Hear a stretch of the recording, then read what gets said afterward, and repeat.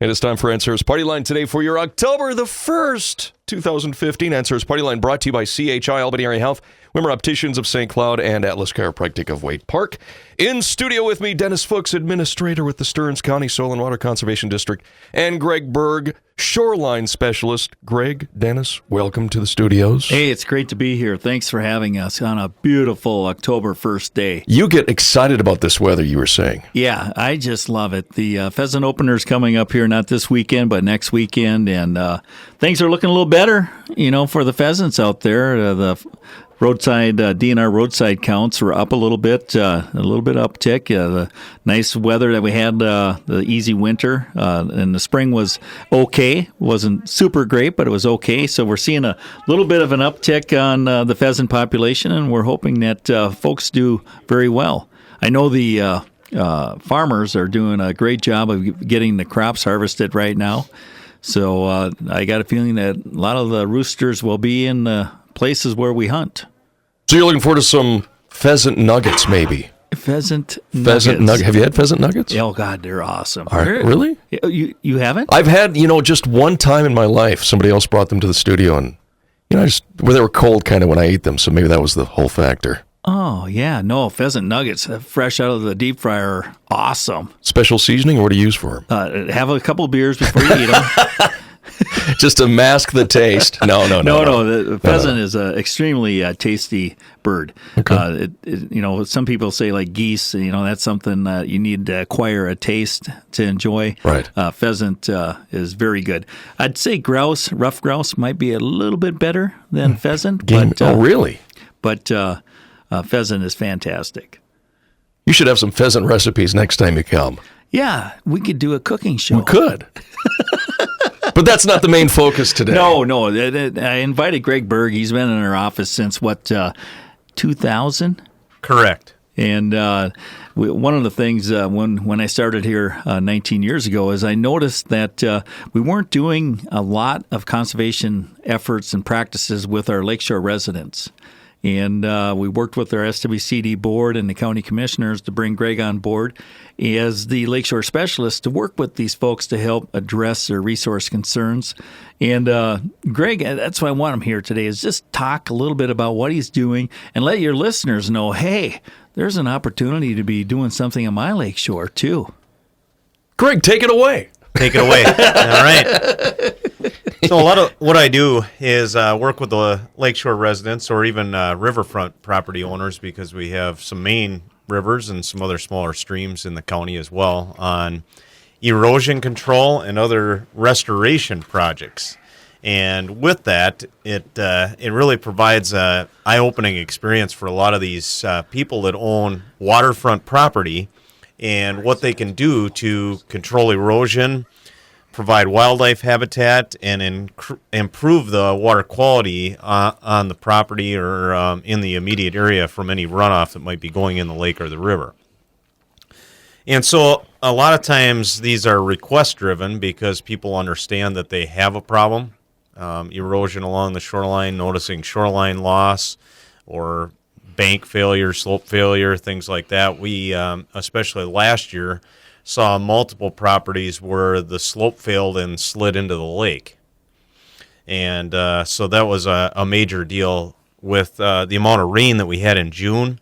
And if there was any runoff directed over the slope, that caused some of those issues. And actually, Dennis and I are going to go visit one this afternoon where there was a boathouse built into a bluff on Big Birch Lake, and that actually collapsed, and the boathouse and part of the slope went right in the lake. Oh, wow. And so we work, and we actually design, and we don't charge for our services to put those plans together. And then we work with them on coming up with a plan that will work to meet the needs of the use of the lot and still be able to access the lake or the river. And then address the conservation issue. And we also provide cost share for the project, and that can be up to, people grab on to sometimes 75%, but up to 75% of the cost. Mm-hmm. So it does really give the landowner an incentive to do the project. So that example you mentioned with the boathouse and the whole thing collapsing, what was What was the feature that was negative that caused that to happen? What was the main Well, stuff? there was two things. One is the disturbance of the bluff, which you can imagine with the boathouse being in there and the construction and some of that maybe not being engineered or tied into the bank well enough to hold it over time. But then there was the other input was there was a cabin on the property, and some of the roof runoff and driveway runoff from that cabin was directed via overland runoff and then tiling over that same area of the bluff. So the combination of the two oversaturates it and destabilizes that slope and causes it to fail. So you already have something in mind, or you won't know until you actually kind of look at it and see what's No, happening? we've completed You've the already project. got the project? Oh, okay. Yeah. They did some of the work on the ice last year because that was probably the best way to access it, and then finished it up this spring after it thawed out a little bit. So, And now you're just going to kind of check to see what it's what the final output or the outlooks, or yeah, we feel that just because we have a project complete and we pay it out or feel like they followed the plan to begin with doesn't mean that it's necessarily done. We like to continue with the landowner and have a relationship and make sure that it is staying stabilized. And actually the landowner contacted me, and we had a temporary barrier in there called a silt fence until it got vegetated enough and that slope was stable.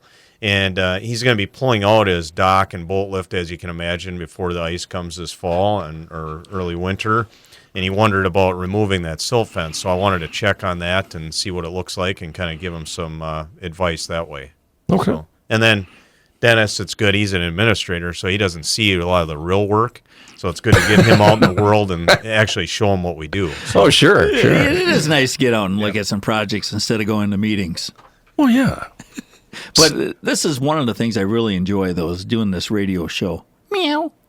And getting some free snacks there, looks the like. listeners can't see that, but while Greg was talking, Randy comes in here and deposits some very warm brownies, and it's like, wow, this is awesome. I'm coming here more often. You're going to get spoiled expecting this every time. I'm kind of a rookie in how'd I do with the distraction. I mean, come on.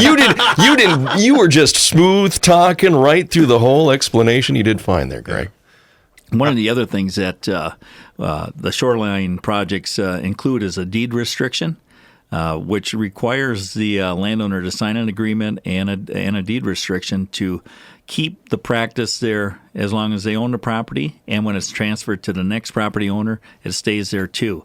What we have discovered is that the best use of some of these shoreline areas, and Greg can get into some of the details of the deed restriction as far as the minimum requirements, but this is a very crucial area between the lake and the land, where that zone there can allow nutrients to slide into the lake and impact it dramatically, which will decrease the amount of fish, impact the water quality.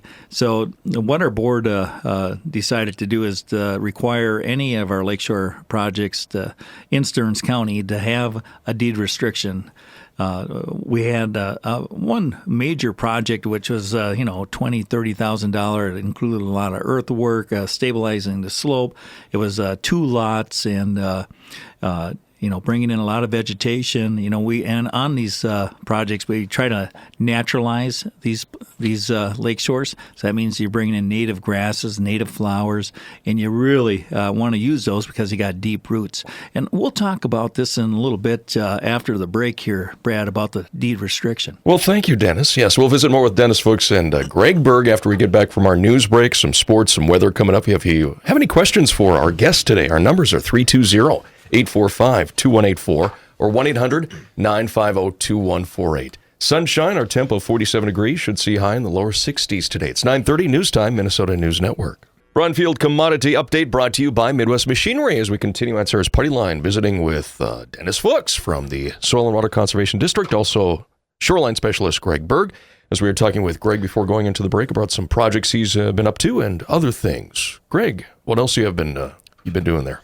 So a deed restriction, let's finish up with that. So as far as the deed restriction, that just goes on the project area, so right along the shoreline. It does not affect the rest of the property. So people sometimes get confused by that, like we're taking their property or doing something different with their property. It's just protecting the project area itself. And that project area itself is generally up up to 75%, or we require it to be at least 75%, or 25, no more than 25 feet of the area can be unnatural or non-native vegetation for the access. So stairs, lifts, landings, mowed area that they would use to get to the lake or dock or beach.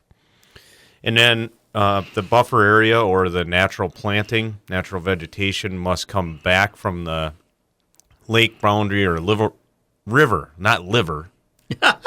River boundary, sure, Yep. sure. 25 feet or to the top of the steep slope. So like in the bluff situation, if that comes back maybe 35, 40 feet, we would go to the top of that to protect all of that area that can become unstable. And part of the reason why the SWCD board implemented this policy is because, there's a significant amount of staff time that goes toward these projects, and there's a significant public investment through our grants that helps offset the cost of putting these projects on the landscape. And what we didn't want to see after the contract expires, which, typically is about 10 years for a lot of the grants, we didn't want somebody to come out there or the landowner sells the place and you got a new landowner with different ideas on how to manage that shoreline. We did not want to lose that a native vegetation that really, really does a great job of stabilizing the river bank or lake bank. So that was part of the reason why the board did that. And we, like I said earlier, we had some larger projects go in, and it just didn't feel comfortable, in 10, 20 years, having that all mowed down and put back into turf grass.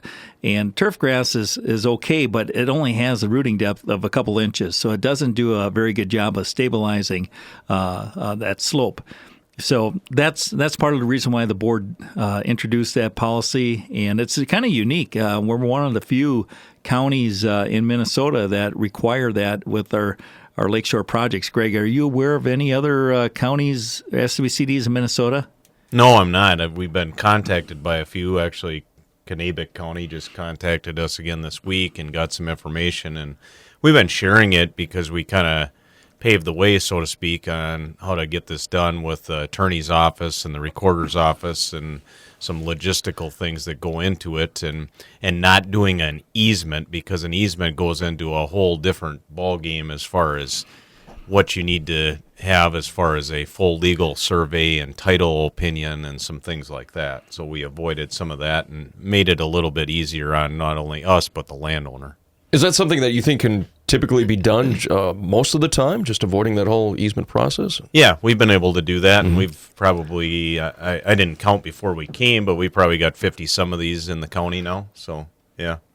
Very good. Yep. Very good practice. And like I said, we're kind of unique that way. And the Minnesota DNR, who offers grants to local units of government like soil water conservation districts, actually looked at that deed restriction process as a very favorable way to protect that for a long period of time, and actually allowed us to access additional grant dollars because we had that deed restriction. So because of the deed restriction, we were able to bring in additional state dollars to help more lakeshore residents. And in general, Greg, the response from lakeshore residents has been fairly positive in having a deed restriction just in the project area. Yeah, I would say less than 10% of the people really have a problem with that process or are concerned with it. Most of them want to do the project, see the benefit of the project, and then see the benefit of keeping it there so that it performs its tasks or, the benefits that it can. So what's the initial complaint of the other 10%? Well, they feel like it, mainly the comment that I get is it going to affect the saleability of my property. Oh. So if I go to sell my property in the future, having that restriction on there could affect the saleability of my property. And I think that might be something just socially in people's mind, but for the most part, the county has regulations on what you can do in that near shore or real close to the lake anyway. So there's not a lot of things that it really doesn't, that it takes away or really, inconveniences anybody. It just reinforces that part of it and puts people on notice if they buy a property that in that title search or opinion, it comes up as one of those things that notifies the seller and the buyer that it's on there at that time of sale. Well, when you have an energy-saving house, an insulated house, and it saves energy, that's a good thing. But when you enhance shoreline, why wouldn't that be an enhancement in the saleability as well? Well, there's a mentality out there that some people like that mow to the edge, so to speak, and that lawn grass right all the way. It's got to look good. Yeah. Yep. And so there's some of that look or traditional look that we should have green lawn grass to the edge of the water. Well, as you can understand from what we do, that's not the best thing, especially from an erosion standpoint, just potentially there. And then there's a lot of other benefits of water quality filtration from the native vegetation and wildlife habitat. I mean, people see just a tremendous change in the amount of birds, butterflies, fish habitat, Pollinators, all of those things that change once they have this on their property. So shoreline Botox, not a good thing. No. Or something like that. Yeah. Right. Okay.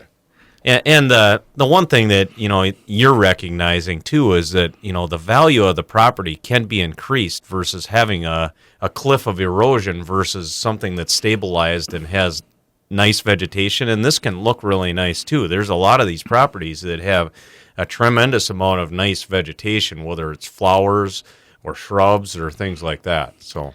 And a lot of the residents, some of the clients that Greg worked with were trying to mow very steep, and it was dangerous to even try to mow some of these spots. So by regrading and stabilizing that and then introducing native vegetation, that once you get it established, it takes a couple of years.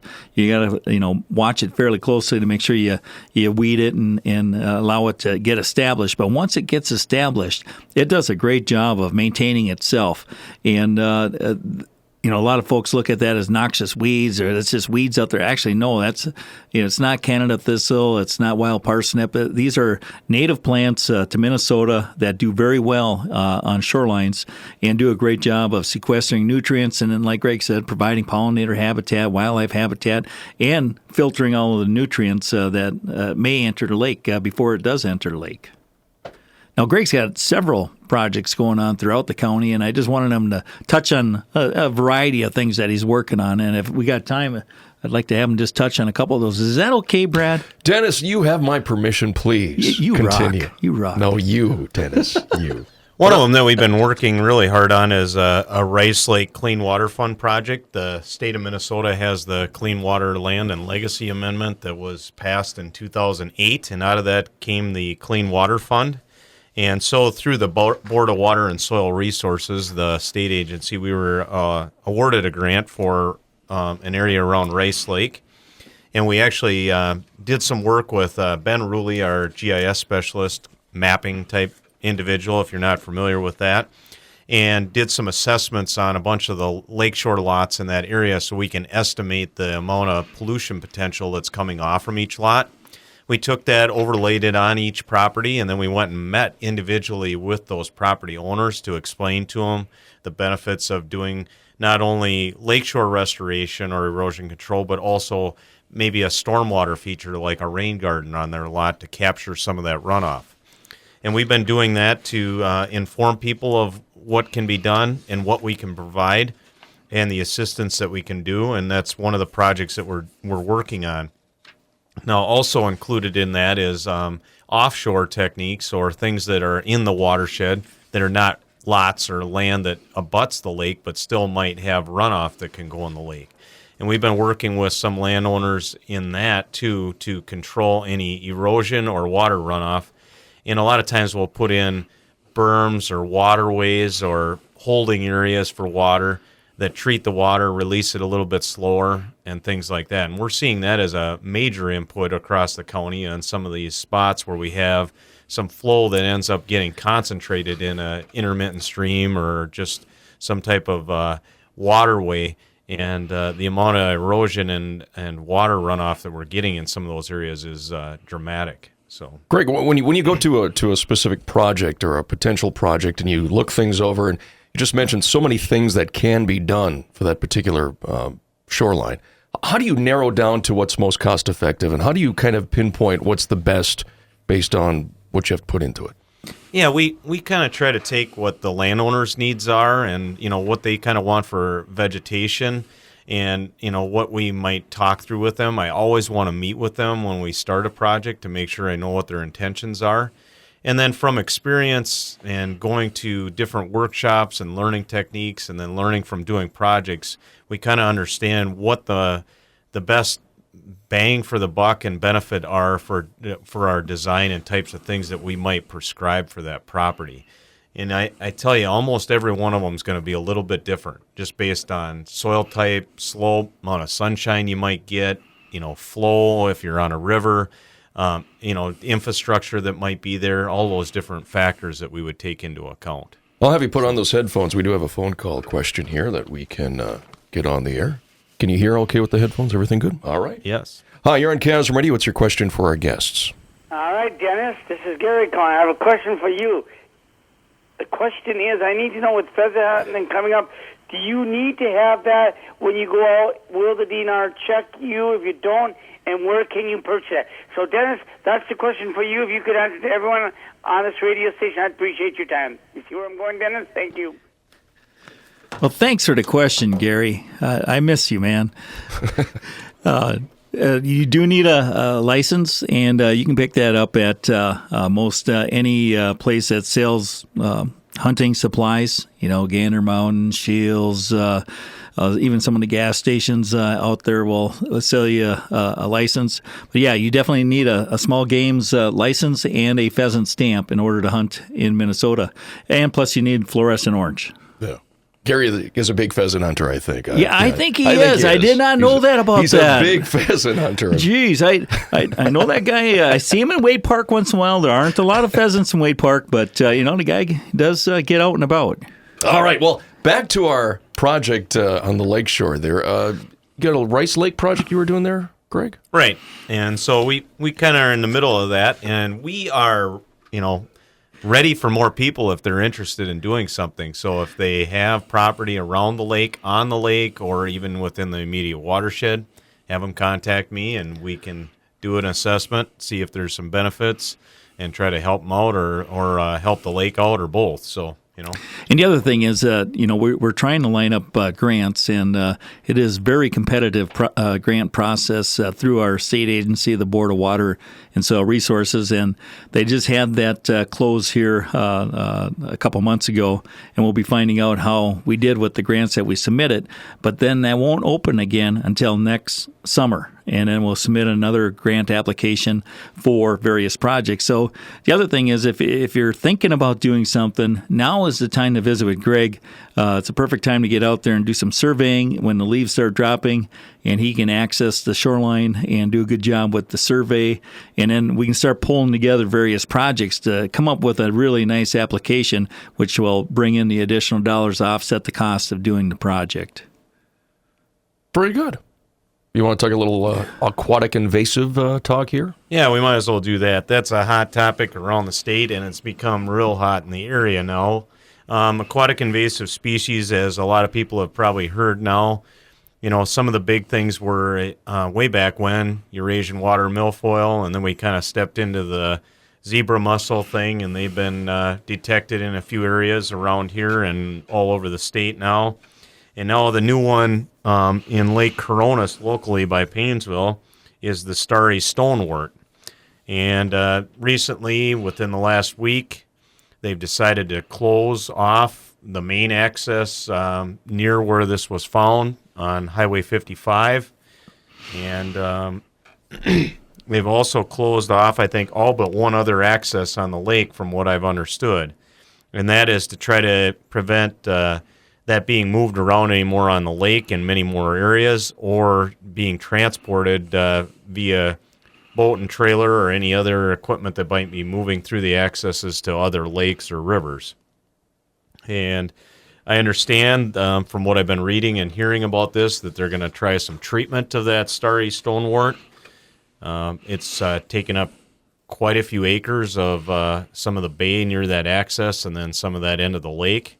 And they're still working on assessing that and determining what they can do. This has been found in, I know, Michigan, Wisconsin, and some of the other eastern states, but never found in Minnesota before. So this is a new thing that DNR is trying to deal with, I think, the best they can without knowing a lot about it and having to deal with it before, and then trying to do the best they can with what's going on Coronis itself, when a real popular recreational lake and fishing lake. So do they have any theories as to why? What's the resource, or was it just transported here? Or? The resource, they believe, like most of these others, is probably transported from some other equipment into the lake, and that's usually from boat trailer on a boat itself or something like that. So if I don't know the starry stonewort real well, but like with zebra mussels and Eurasian water milfoil, there's a tendency that if it's on your trailer or on your boat and you bring it in,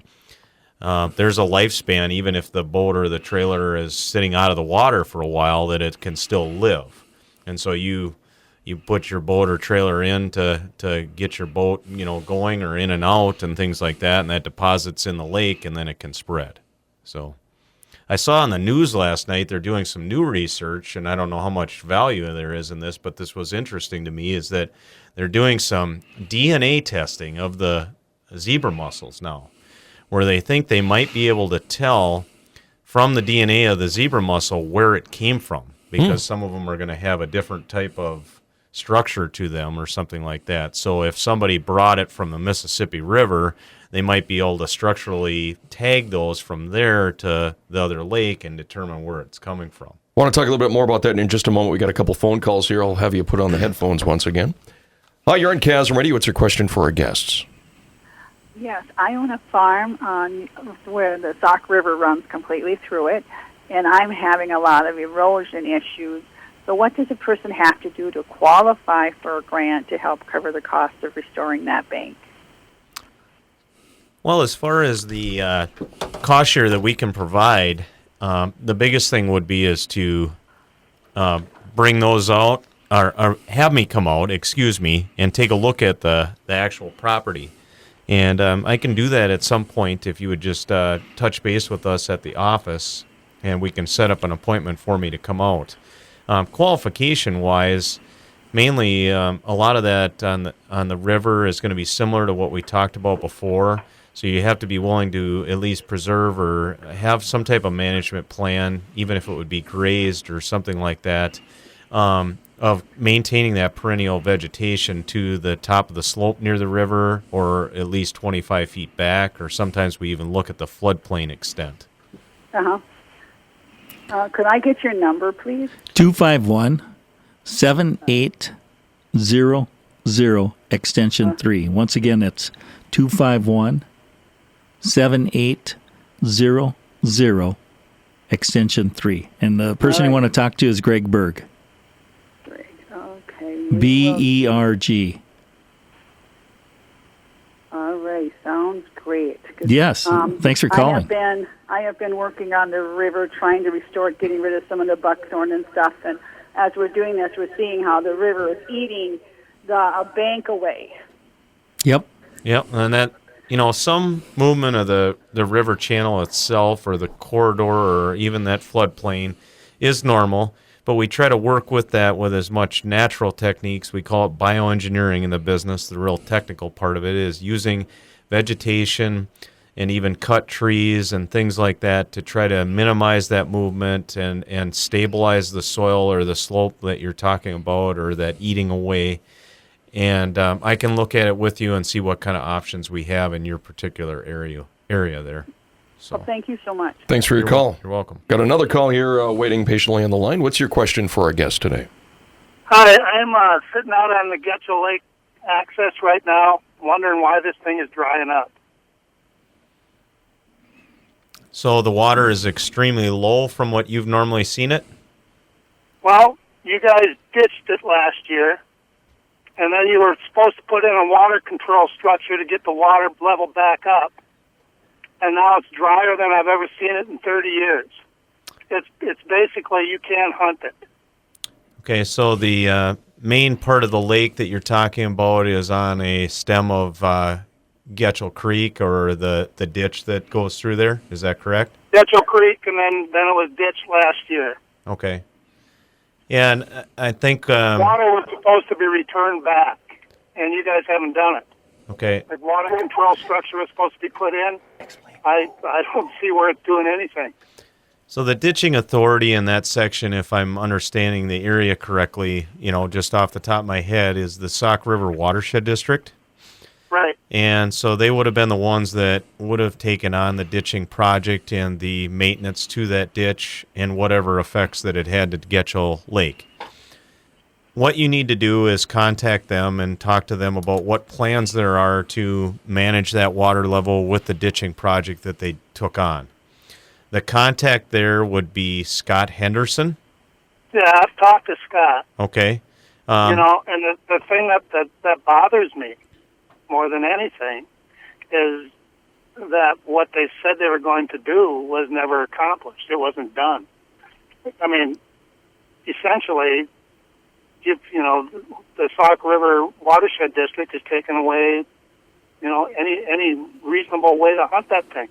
Okay. Well, what I would suggest in that case is to call Scott again and tell him that what your concerns are, and reiterate that. Now, if the ditch has affected the lake, that can involve the Department of Natural Resources as well, and the area hydrologist, because they have regulatory authority of maintaining that lake at a normal water level. And so you could bring them into the equation as well. The area hydrologist is Nikki Blake Bradley. She's out of the Sauk Rapids office. Yeah. When this was all going on, we contacted those people. Several of us did. And they said they were going to put that control structure back in, and it was going to take care of the issue. And I'm sitting here right now, and it's a disaster. Okay. Well, I would try to follow up with Scott again, and if that and with that, I would request that the DNR be involved in whatever meeting or conversation you have, because those two need to gel together as far as how that's being drained or how that ditch is affecting the lake itself and the water level. And the DNR would have some jurisdiction over that part of it. All right, thank you for your call. We're running out of time here. Could that be something, Greg, where it's just maybe expecting too much too soon, or just at this point you got to do some further investigation? Well, I do know from conversations with the Watershed District that the file is still open, so to speak, on that ditch project. And so maybe they still have some intentions on dealing with that. It's just in the interim. And a water control structure is a big deal. I mean, it's not something you just go slap, a couple of boards in out there when it's controlling a lake level. So it could be something in the works. I don't want to talk out of turn on it too much, because those are contentious issues both ways on drainage for ag land, as well as people being able to use the lake for recreation and sport. And there may be fully intentions to put that water control structure in there, bring that lake back. Now, maybe they're doing some management even of the lake to try to bring back, sometimes it's good to have a drawdown, bring some vegetation back for wildlife habitat, or even to stabilize the shoreline or something like that. So I don't know the whole story there on that. So try to keep open communication with Sauk River Watershed District and see what happens. Okay. Correct. I'm sorry, we're out of time. Gentlemen, what's your contact information? Our phone number at the Stearns County Soil and Water Conservation District is 320-251-7800, and we're at extension 3. All right.